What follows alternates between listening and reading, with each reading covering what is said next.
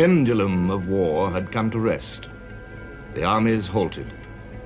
Around the campfires, men were too weary to talk much, but they could wonder, which way would they march tomorrow?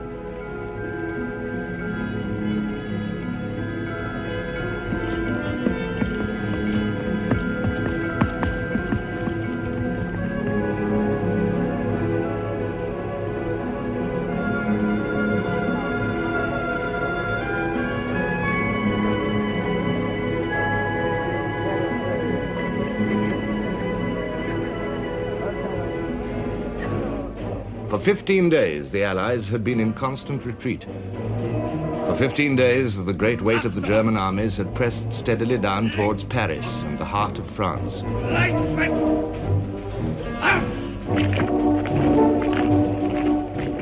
By September the 5th, they were less than 20 miles from the capital. Would Paris fall? Hope waned and time was running out. Yet one man preserved his hope and made his will prevail. At the headquarters of the Allied armies, General Joffre perceived that a significant change had taken place. The situation was impressive. Our front formed the arc of a vast circle enveloping the enemy. Thus, our Fifth Army was now in a position to make a frontal attack against the enemy columns crossing the Marne, while the British Army and the mobile troops of the Paris garrison were well placed to attack in flank the German forces which had diverged from the direction of Paris. This was the moment of decision, the moment that Joffre had been waiting for. Now hundreds of thousands of tired, despondent men must be halted, turned about, and thrown against the enemy. From Verdun to the Marne, Joffre ordered his right wing to hold firm. The German Second Army was marching southward, at some distance from the First. The French Sixth Army would strike in from the west. As von Kluck turned to meet this threat, the French Fifth Army and the BEF could march upon the gap in the German line. One thing was essential: the BEF must march. Once again, Joffre visited Sir John French to explain his plan and plead for British aid. And finally, clasping his two hands in front himself, he turned to Sir John French and said, "Monsieur le Maréchal, c'est la France qui vous supplie. Field Marshal, it is France which is begging you."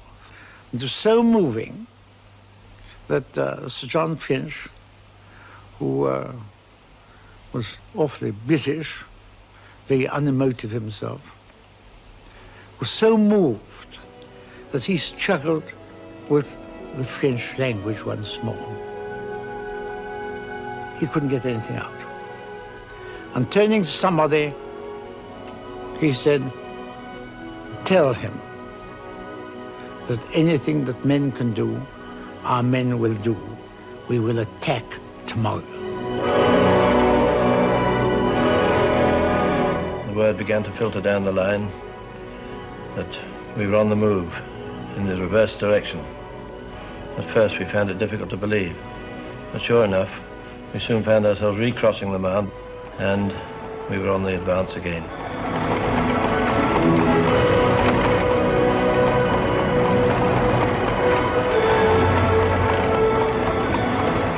Well, the revulsion of feeling is impossible to describe. From being tired, worn out, demoralized creatures, we became what we were intended to be, trained soldiers with the enemy in view, and off we went. The happiest day of my life. We marched towards the rising sun, wrote a British officer. It was September the 6th, 1914.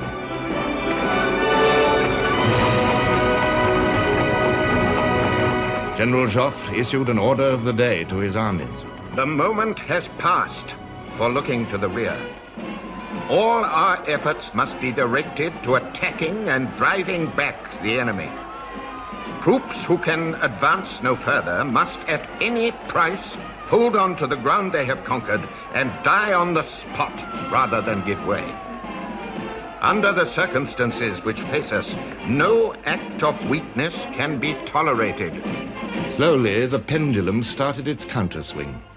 The Germans resisted strongly. North of Paris, General Monory's army was heavily counterattacked and in danger of defeat.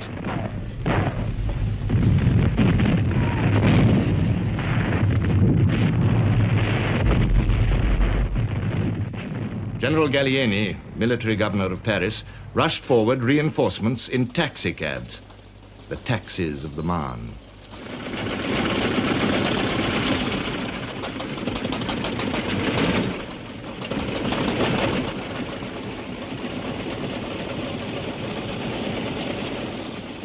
The men they carried just sufficed to prevent a collapse. But the center was the vital area. Here, the French Fifth Army and the BEF thrust forward into the widening gap between the armies of von Kluck and von Bülow.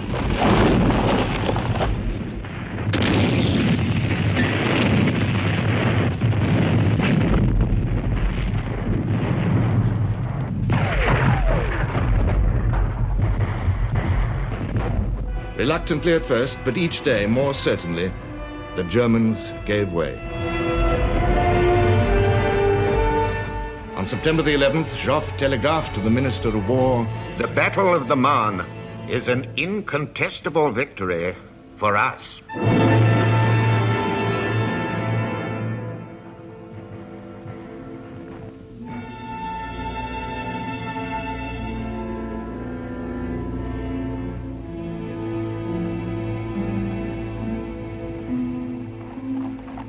And now, as the Allies reaped the rewards of victory, new hope surged up in men who had faced the abjectness of defeat. Could the Germans be hustled back to the frontier, out of the rich provinces of France which they had overrun? Could the Allies stage a swift and shattering pursuit, back to the Rhine in 3 weeks, perhaps? Optimism spread its wings. General Sir Henry Wilson compared notes with an officer of Joffre's staff. Berthelot asked me when I thought we should cross into Germany, and I replied that unless we made some serious blunder, we ought to be at Elsenborn in 4 weeks. He thought 3 weeks. Vitesse, vitesse, urged General Foch. En avant, soldats, pour la France, cried General Franchet d'Espèrey. But General Haig, commanding the British First Corps, remarked, "I thought our movements very slow today, in view of the fact that the enemy is on the run." The movements were too slow. Broken bridges, tiredness, overcaution, brave fighting by German rearguards, all combined to slow the Allied advance. On September the 13th, Haig's corps reached the River Aisne and pushed up along the wooded spurs of the Chemin des Dames ridge, the Ladies' Road, running along the heights beside the river from Soissons. They were just 2 hours too late. A German army corps, released by the fall of Maubeuge, marched 40 miles in 24 hours, with a quarter of its infantry falling out on the way, and arrived in the nick of time to block the British advance. The Germans dug in hastily along the Chemin des Dames ridge. The British were unable to dislodge them and dug in also. The French did the same in their turn. The beginnings of trench warfare were now seen. On September the 16th, Joffre told his army commanders, "It seems as if the enemy is once more going to accept battle in prepared positions north of the Aisne. In consequence, it is no longer a question of pursuit, but of methodical attack."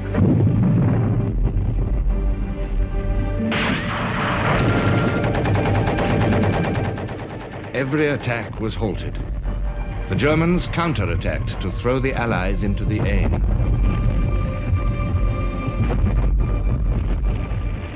They also failed.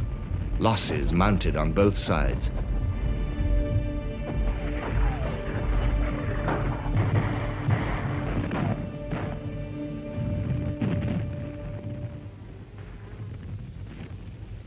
At the end of the month, General Haig said, "In front of this corps and for many miles on either side, affairs have reached a deadlock, and no decision seems possible in this area. Joffre had already reached this conclusion, so had the German High Command. Simultaneously, Allies and Germans moved against each other's flanks. So the war, which had burned its way southward so swiftly, rolled back northward like a forest fire under a changing wind. The flames fed upon new countrysides, Picardy, Artois, Flanders. This was the race to the sea. All through these days of frustration on the Aisne, by railway, on horseback, on foot, thousands by bicycle, the soldiers of both sides were on the move. Populations which had hoped to be spared were driven before the storm. And in the north, the thunder of great guns was heard again. On September the 28th, the Germans began a violent bombardment of the outer forts of Antwerp. The King of the Belgians, with his army and his government, had taken refuge in this great port. Antwerp was heavily defended by rings of powerful forts, with some 150,000 Belgian soldiers inside them. On October the 1st, the London Times said, "We do not think that there is any need to worry about Antwerp." But the next day, the British government heard that the Belgian army was proposing to abandon the city. The news, says Sir Winston Churchill, seemed not only terrible, but incomprehensible. Churchill himself sped across the sea. He promised the Belgians Allied support and persuaded them to wait. Naval armored cars came up the coast from Ostend, and troops of the newly formed 7th Division, using any sort of transport they could find.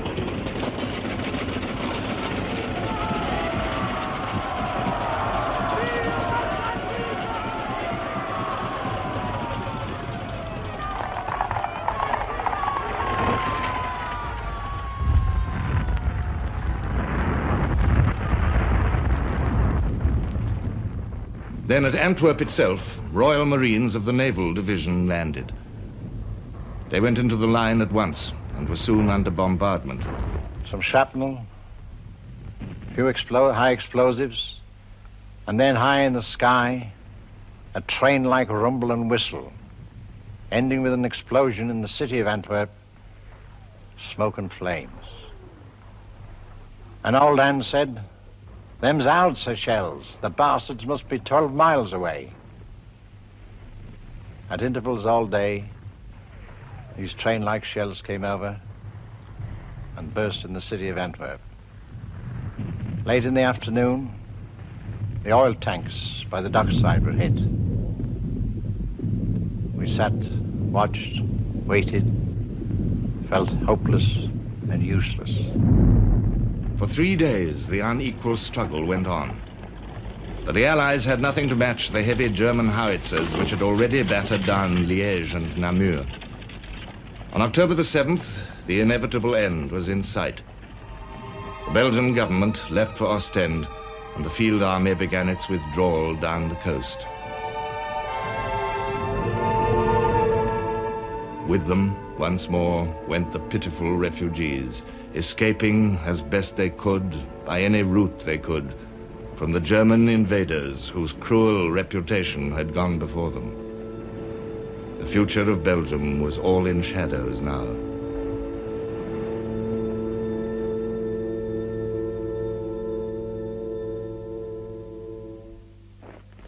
On October the 9th, the Germans entered Antwerp.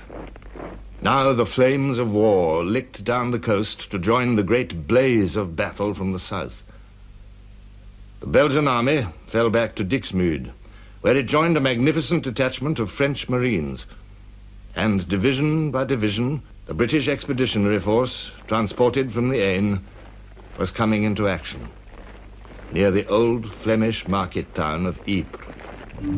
Their arrival filled the last remaining gap in a line of battle from the sea to Switzerland.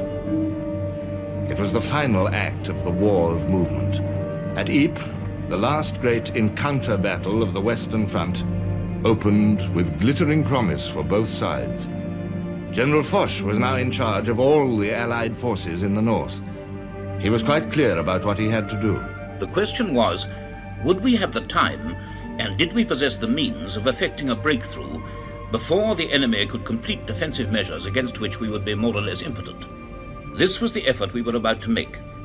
It was an attempt to exploit the last vestige of our victory on the Marne. The Germans now had a new commander.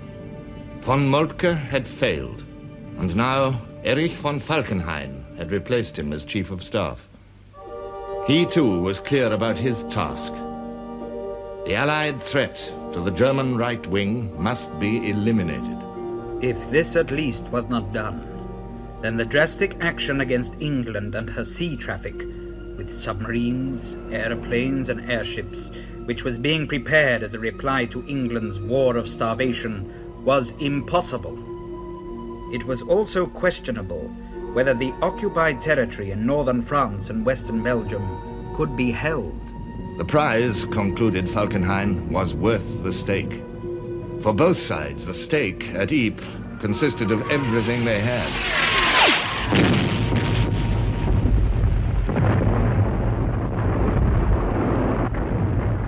The sustained intensity of this battle was something new. Crisis after crisis flared along the line. In the north, the Belgians were hard-pressed, defending the last few square miles of their native soil from the invader.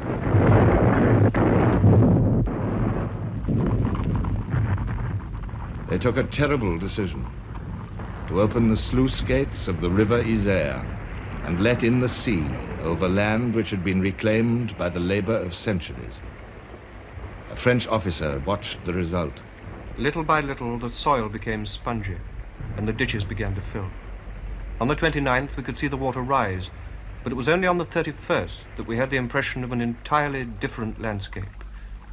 Over this new landscape, veiled by a steady mist, settled a death-like silence. The Germans, too, were willing to mortgage their future. They flung into the battle divisions of young student volunteers, wildly enthusiastic but only half-trained. They were mown down by the fire of the British regulars. The Germans called their fate the slaughter of the innocents. Veteran units also suffered heavy losses. We ran approximately 100 yards when we came under a machine gun fire which was so terrific that the losses were so staggering that we got orders to lie down and to seek shelter. Nobody dared to lift his head because the very moment the machine gunners saw any movement, they let fly. And then the British artillery opened up. And the corpses and the heads and the arms and the legs flew about, and we were cut to pieces. The British Expeditionary Force, pounded by the German guns, was also cut to pieces. And these men were irreplaceable. They were Britain's only trained troops. By the time the battle was over, the old British Army was gone past recall.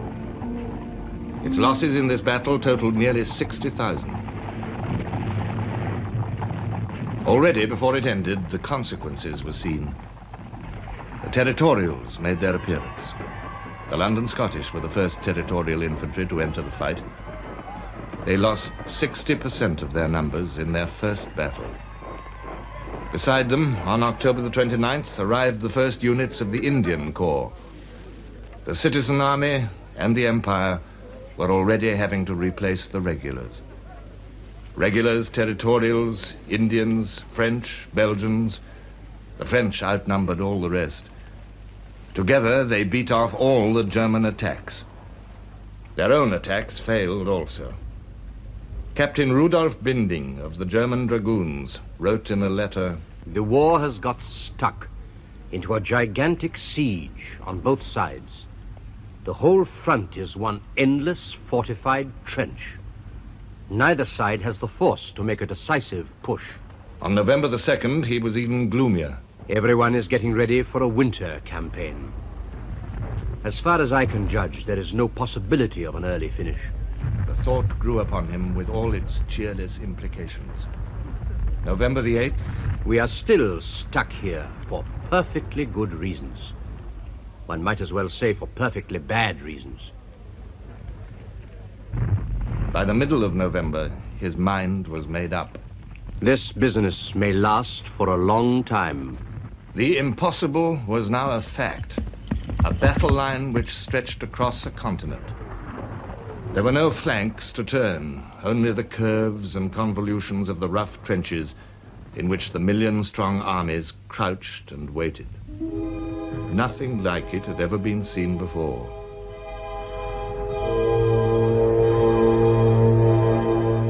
All the plans had gone awry. All the careful preparation of Germany, all the brave improvisation of the Allies, all the heroism of the soldiers had produced stalemate. The stalemate was universal. In Serbia, where the war began, the same incredible spectacle was seen. On August the 12th, the Austrians entered Serbia on what they took to be a short, punitive campaign, which would swiftly bring down this upstart Slav kingdom to the dust.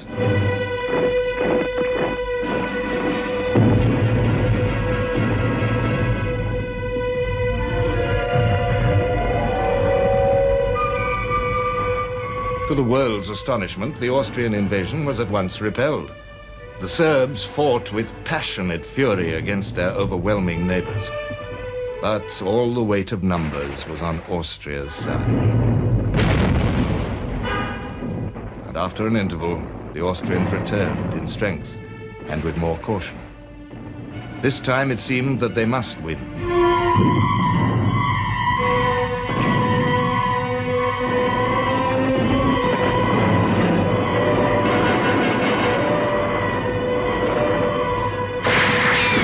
On December the 2nd, they entered Belgrade for the second time.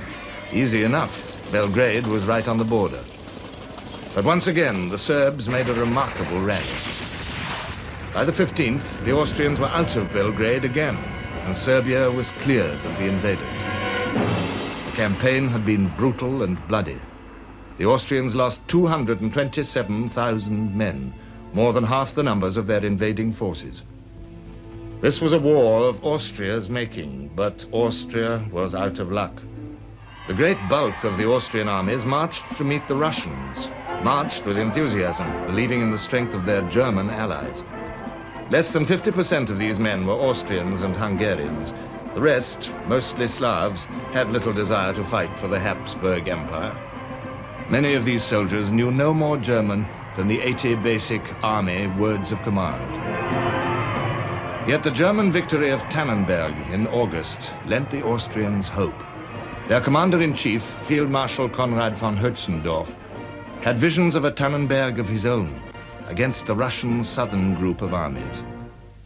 On September the 6th, the main bodies of the Russians and Austrians met around the town of Lemberg. There was bitter fighting.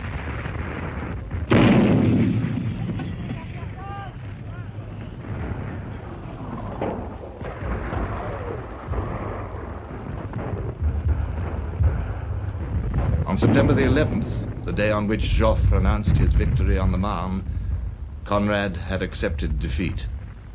His casualties were enormous and included over 100,000 prisoners. The Austrians began a withdrawal, which carried them back over 200 miles. A lasting blow had been struck at Austrian morale. German staff officers cruelly summed it up in the saying, "We are fettered to a corpse."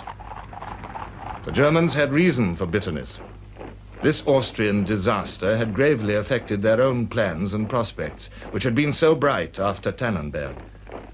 Now, as the Russians advanced to the Carpathian Mountains, the Germans had to turn from their own offensives to meet the threat. Their attack on Warsaw came to nothing. In East Prussia, the Russians were even able to mount a new invasion. At the root of all problems in this vast fighting area was communication. General Ludendorff wrote, "We had great trouble in getting the railway lines, which we had ourselves previously completely destroyed, into working order again. We work now with might and main to restore them. But considerable time elapsed before the railway communications were really in order." The Russian winter arrived. halting all the armies in their tracks. Germans, Austrians, Russians. They burrowed holes for shelter, struggled to keep warm, and waited for better times. Ludendorff said, "The 1914 campaign had not brought a decision, and I could not see how one was to be reached in 1915. In the East, as in the West, it was stalemate. This, too, was going to be a long business.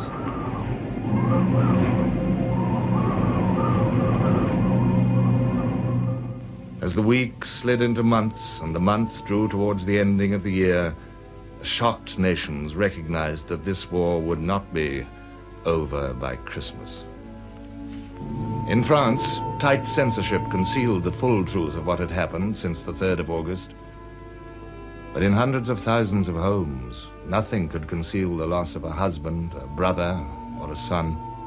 995,000 Frenchmen were killed, wounded, or missing in 1914.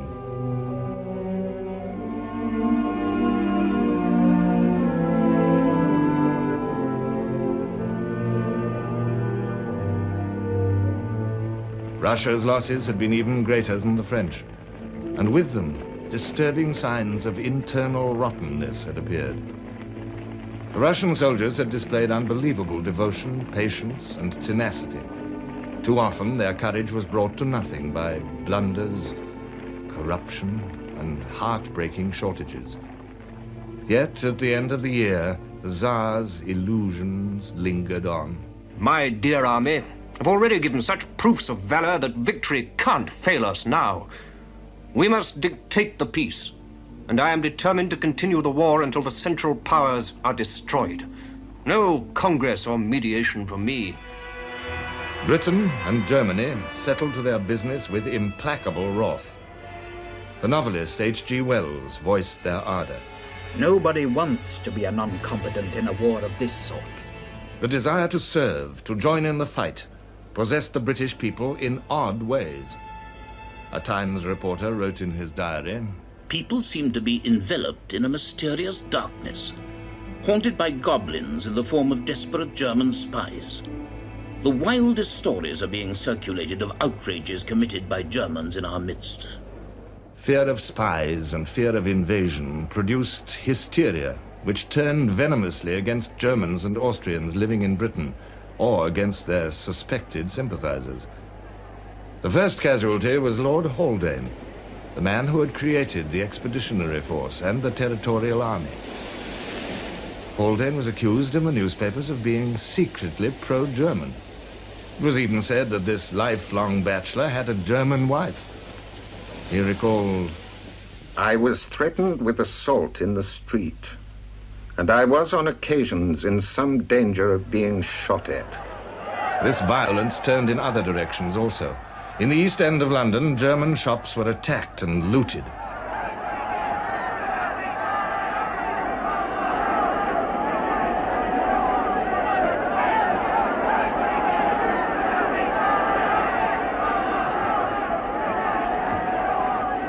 Driven by popular pressure, the government unwillingly rounded up aliens in Britain.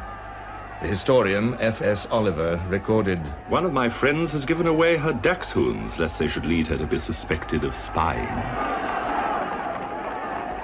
In October, the agitation reached its climax with a campaign against the First Sea Lord, Prince Louis of Battenberg, who, with Winston Churchill, had been responsible for the concentration of the Grand Fleet before war even broke out.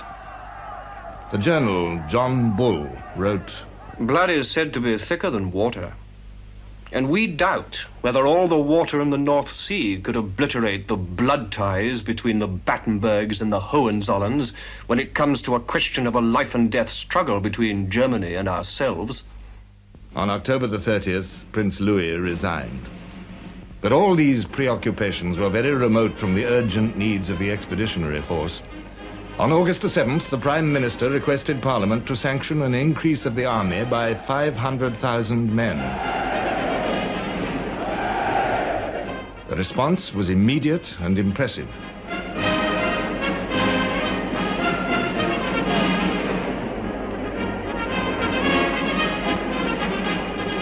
war had been declared, and the following Sunday I went with a friend of mine into Shepherd's Bush Empire to see the picture show there, and at the end of the show they showed the fleet sailing the high seas and played Britons Never Shall Be Slaves and Hearts of Oak. And you know, one feels that little shiver run up their back, and you know you've got to do something. I was just turned 17 at the time, and on the Monday I went up to Whitehall, new Old Scotland Yard, and enlisted. By September the 5th, the Prime Minister announced that between 250,000 and 300,000 men had joined Kitchener's army. 2 days later, the figure was corrected. It was 439,000.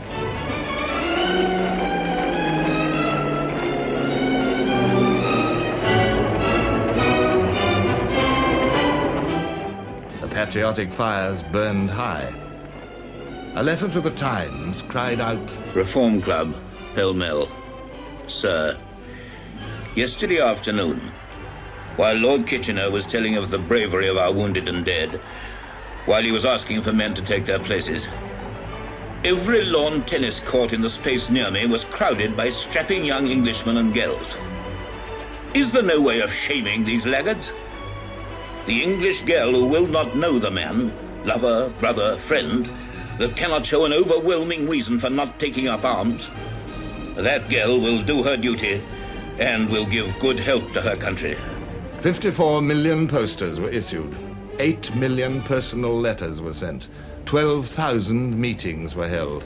20,000 speeches were delivered by servicemen or ex-servicemen. By the end of 1914, 1,186,337 men had enlisted.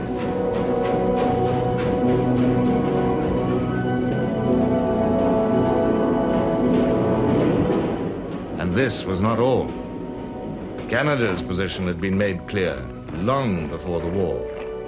In 1910, her Prime Minister said, "When Britain is at war, Canada is at war. There is no distinction." The Canadian government offered a contingent of 25,000, but over 40,000 men came forward in less than a month. Their chronicler, Lord Beaverbrook, wrote, No mere jack-booted militarism inspired them. They sought neither the glory of conquest, nor the rape of freedom, nor the loot of sacked cities. They came forward, free men and unconstrained, with a simple resolve to lay down their lives, if need be, in defense of the empire, their empire too.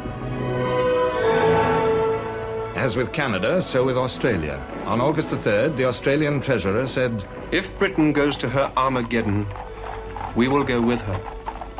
Our fate and hers, for good or ill, are as woven threads. Australia offered her navy and a contingent of 20,000.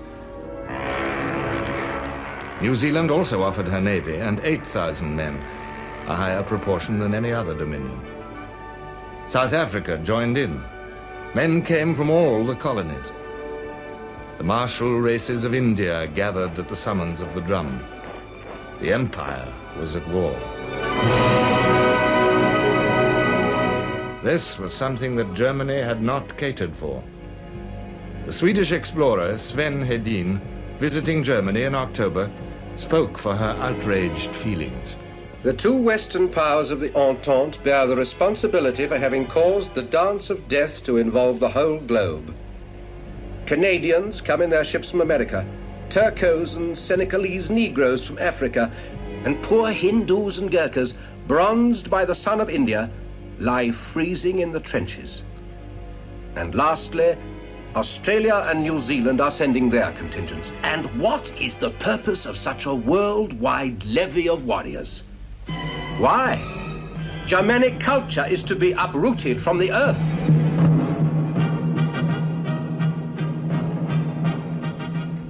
Victorious, yet thwarted of total victory, Germany set her teeth and hardened her will.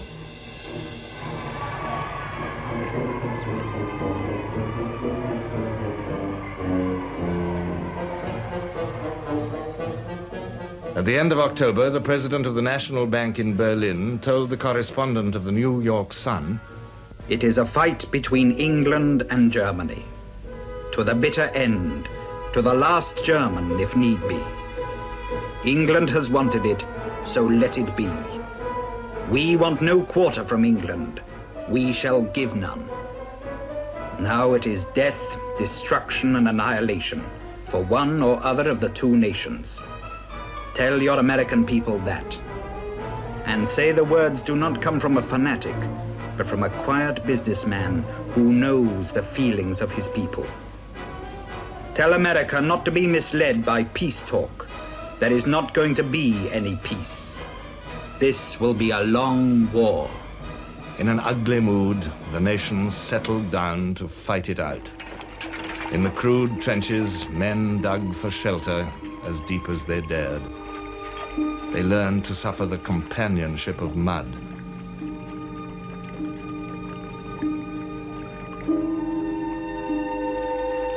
The manhood of Europe discovered a new way of life, with death never far away.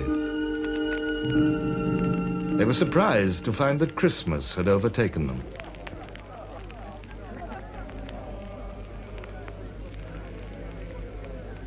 British soldiers listened with wonder as the carol, Heilige Nacht, arose from the German trenches.